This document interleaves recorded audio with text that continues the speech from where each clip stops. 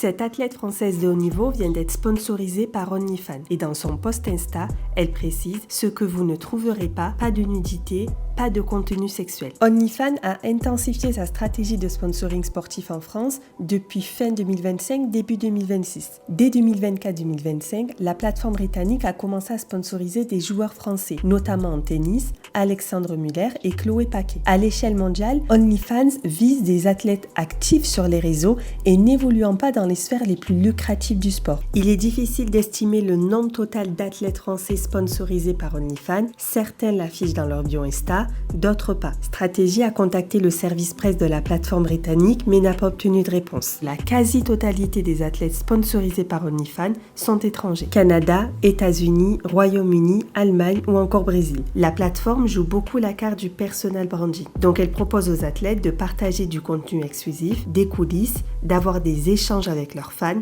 bref, de fidéliser une communauté tout en générant des milliers d'euros par mois. OnlyFans est un outil de monétisation directe via l'abonnement mensuel, entre 5 et 25 € en général, via les messages privés et les offres personnalisées. Mais cette autonomie financière présente des limites. OnlyFans est critiqué pour la banalisation du travail sexuel marchandisé, la normalisation de la sexualisation comme source de revenus. Des enquêtes judiciaires montrent l'existence de managers ou d'agences abusives qui exploitent des créatrices, parfois très jeunes, avec des pratiques proches du proxénétisme numérique. OnlyFans est en quête d'acceptabilité sociale. Qu'est-ce qui est plus prestigieux que l'athlète de haut niveau et ses valeurs ?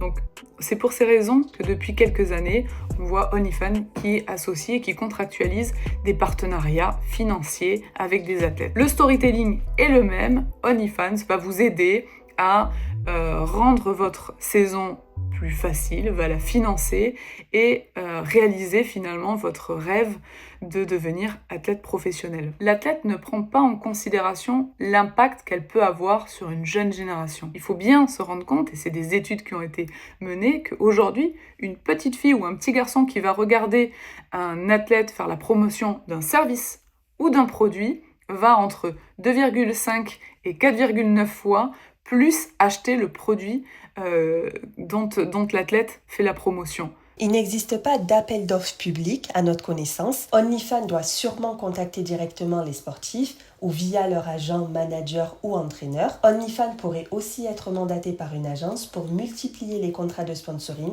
avec des athlètes français. Quelle autre marque va vouloir s'associer à son image ? Aussi, les championnats. On se rend compte que de nombreuses athlètes qui veulent réaliser leur rêve, si on prend l'exemple de la basketteuse qui voulait réaliser son rêve, évoluer en WNBA, ce qui a été le cas, elle a contracté un partenariat avec OnlyFans et la WNBA a exclu cette joueuse. Aujourd'hui, elle évolue dans un championnat mineur en Chine parce qu'elle a fait la promotion de cette plateforme qui propose du contenu pornographique. Pour certains athlètes, OnlyFans est sponsor maillot. Dans certains sports, notamment le tennis ATP WTA, les fédérations peuvent interdire l'affichage du logo sur le maillot en match. Alexandre Muller a dû retirer OnlyFans de son t-shirt en tournoi officiel, même s'il restait sponsorisé. OnlyFans et Mime sont aussi dans le viseur des sénateurs. Le 10 février, le Sénat a adopté une proposition de loi visant à lutter contre les proxénètes 2.0 qui sévissent sur des plateformes proposant des services sexuels personnalisés.